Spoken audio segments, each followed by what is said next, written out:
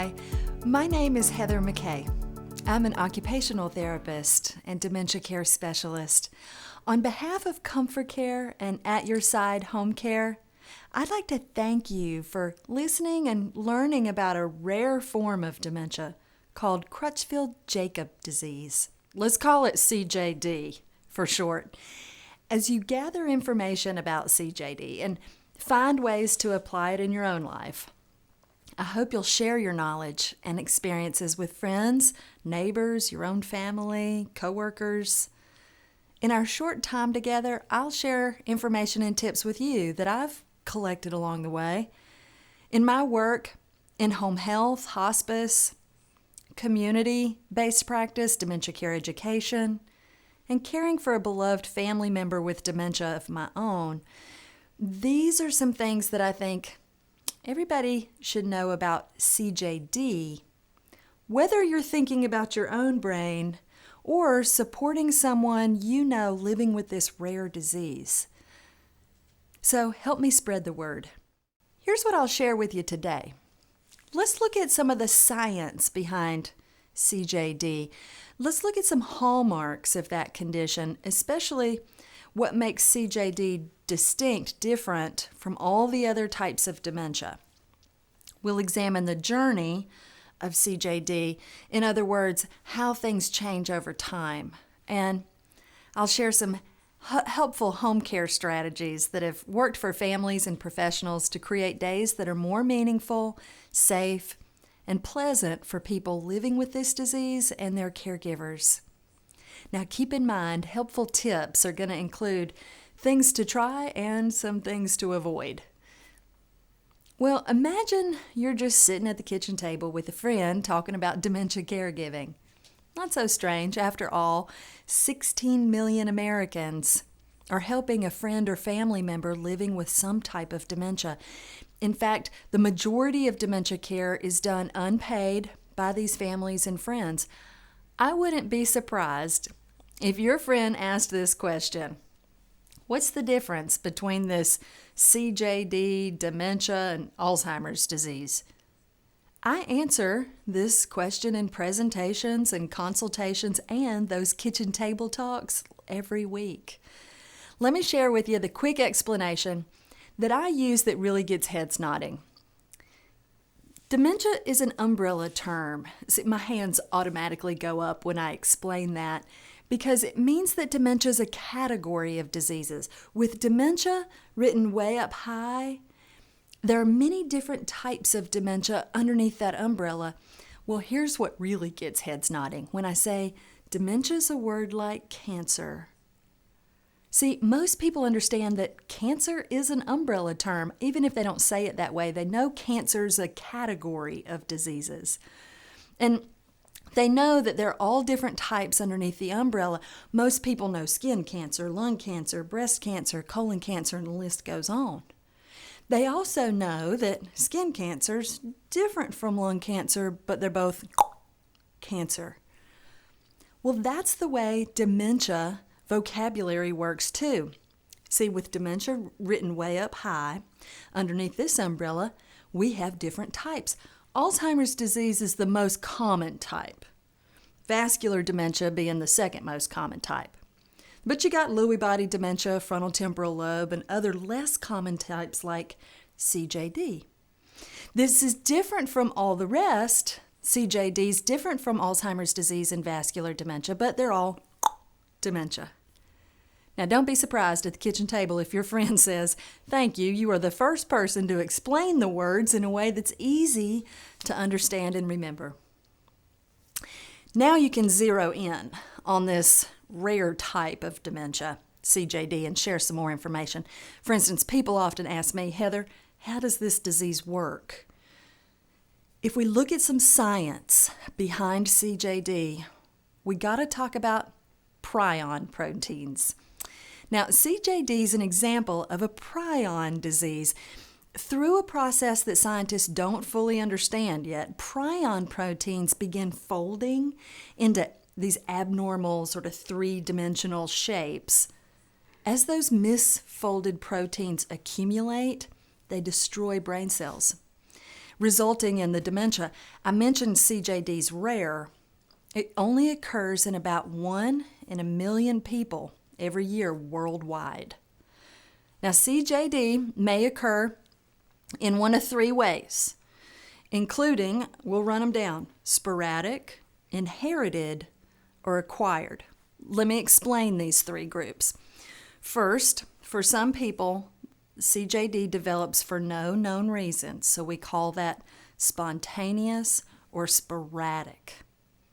This type, sporadic CJD, accounts for 85% of cases, and it appears between the ages 60-65 usually. For the second group, CJD's inherited. In these cases, CJD is caused by certain changes in the chromosome 20, gene coding and inherited from a parent. The inherited case counts for about 10 to 15% of all these rare cases, and it appears usually a little earlier, between the ages of 20 and 40. Now, the last group is the rarest. For a very small number of people, CJD is transmitted by contact with some other infected tissue, so we call it acquired. Acquired CJD involves exposure to some external source from usually some medical procedure that involved instruments, but it's not like any medical procedure. It's like procedures that involve like growth hormones and transplanted human tissues. These are very rare cases. Secondly, it's exposure to some meat or other products like cattle infected with a rare brain disease. You might have heard about this called mad cow disease. Does that ring a bell? Well, acquired CJD accounts for about 1% of those rare cases. That's 1% of an already small number, and it can appear in adults of any age. Well, let's name a few hallmark signs or characteristics of CJD. It's unusual, so we got to point to some ways of spotting it. Your friend at the kitchen table might be wondering how to recognize the signs.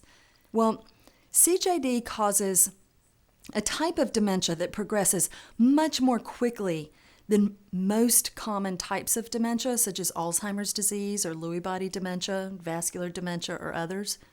So, the rapid symptom progression is one of the most important clues that a person may have CJD. CJD just quickly leads to decline in thinking and reasoning, involuntary muscle movements, rapidly worsening confusion, disorientation, memory loss, difficulty walking, mood changes, vision problems, such as double vision and hallucinations. But remember, these symptoms are getting worse fast. CJD is a progressive and fatal brain disorder.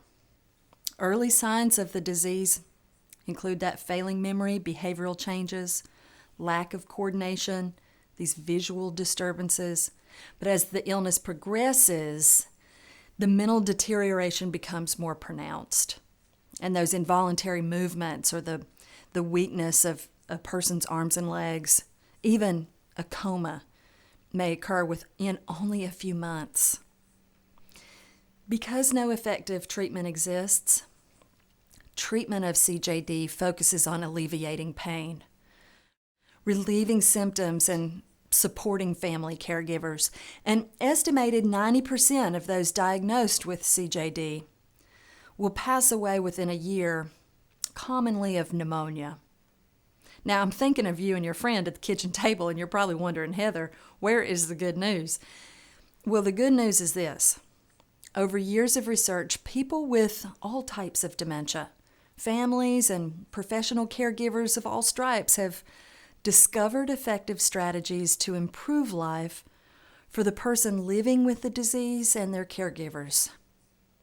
Many of the most effective home care strategies don't involve a medicine. After all, there's no magic pill to fix CJD or any other type of dementia. So we call these non-pharmalogic approaches. For example, seeing the world from the perspective of someone with CJD or any other type of dementia just helps us create days that are more meaningful, safe, and pleasant for everyone. While the days can be long, working with someone's remaining strengths, adjusting our own behavior, and modifying environments can help us create better days together. If you're caring for someone with CJD or any type of dementia, consider these strategies. First, it's helpful to give the person more time to think and speak. People with brain changes in many parts of their brain often tell me they feel slow on the draw. So a little extra time helps. Next, it's helpful to break down tasks into doable steps. One of the most common mistakes that I see is when caregivers give too much information. I'm thinking of a caregiver who arrived to take her mom to an appointment. She greeted her mom, there in the living room, and then proceeded to spill the whole day's agenda. It's like, she said, "Hey, Mom," and Mom's like, "Hey, honey." She said, "Listen, it's good to see you, and I got the car pulled around front. I'm glad you got those shoes on because it's raining. I'm going to put your walker in the car in case we have to park far from the door. But once we get to the doctor's office, they'll have a wheelchair there in case you need to go to another part of the building. Are you ready to go?" Well, the caregivers in the audience are laughing, but you know what Mom said. She said, "No, I'm not going anywhere."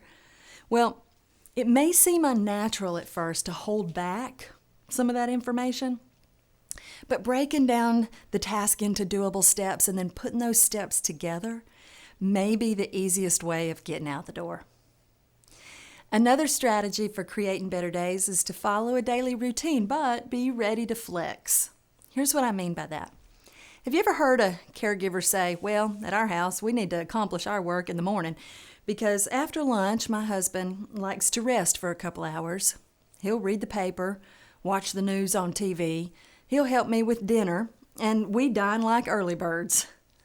Well, that's a couple who's figured out what works for them. And the predictable daily routine makes life easier for them both. When something unusual pops up, like a unpredictable chore, or an evening outing that's a special occasion, why, the wife knows that her husband with dementia is going to find that a little more difficult, so she allows for more time and anticipates that he'll just need more help.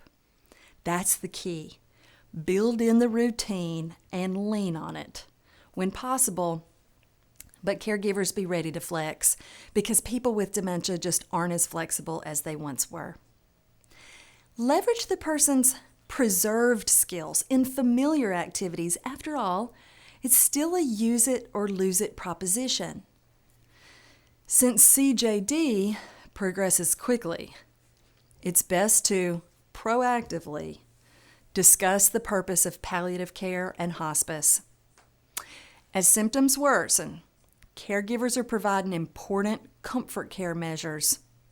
As a person with CJD may feel distressed, confused, and upset, communicate with empathy. Here's what I mean by that. It means focusing more on the feelings and less on the facts. A person with dementia, any type of dementia, can tell if you care about their problem or if you're just sweeping it under the rug, because they can hear it in the tone of your voice and see it in your body language. So take a deep breath, listen to their concern, and use empathetic words to point out their feelings. Here's some examples. It sounds like you're missing your husband. Or, "I can tell you're looking for something." Or, "It seems like you're at the end of your rope." "Well, I haven't fixed anything. I'm just pointing out the feeling." That's using empathy. Once you've made that emotional connection and the person's listening to you, you can redirect their attention by changing the subject. Changing locations and changing activities can also help shift the person's attention to just something that's less upsetting. Now, redirection and distraction are proven effective strategies for managing challenging behavioral symptoms of any type of dementia, but it takes practice. So don't give up.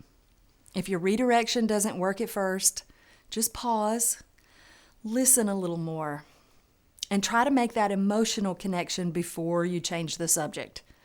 Because CJD impacts cognitive processing, communication, movement, why avoiding some things can mean better days for the person and their caregivers. For instance, try to avoid arguing. Caregivers, have you ever heard this phrase? You can be right or you can be happy. It means letting go of some of the things for the sake of keeping the peace, and I know it's hard to do sometimes, especially with our closest loved ones. I've always said, if you can't argue with your husband, who can you argue with?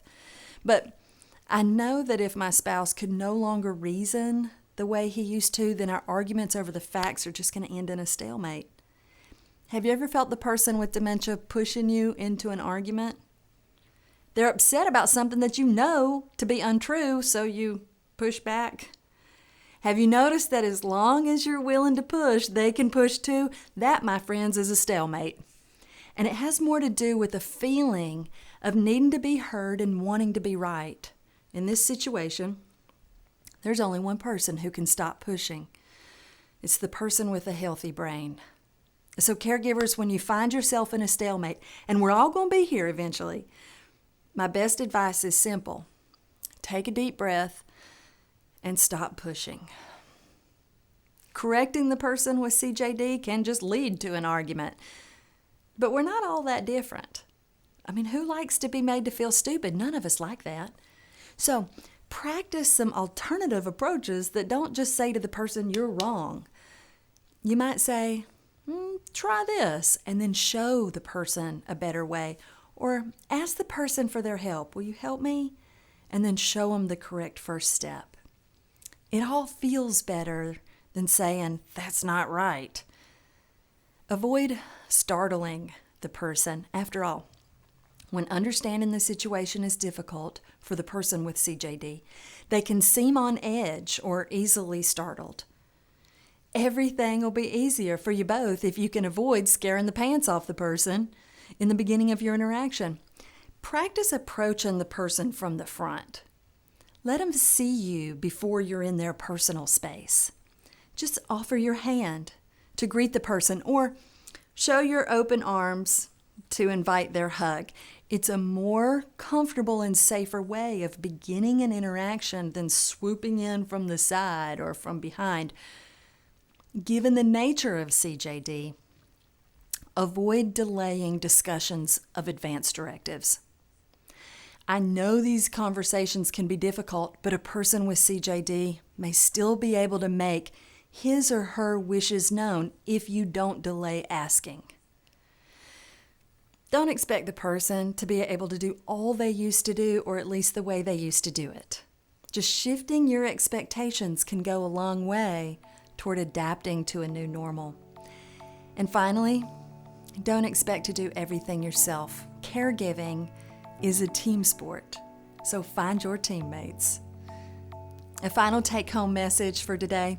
The ComForCare team is ready and willing to collaborate with you on strategies and solutions for your dementia care needs. People with CJD have unique needs and can continue to live at home with support throughout its progression. Even an extension of 3 to 6 months at home can benefit somebody with CJD and their families. ComForCare understands the disease's progression and redesigns plans as our clients' needs change to help them live at home as long as possible and feel at home no matter where they live. If you'd like more information about something you learned today, feel free to contact your local ComForCare office for additional resources, support for family caregivers, and specialized home care for people living with dementia. Thank you.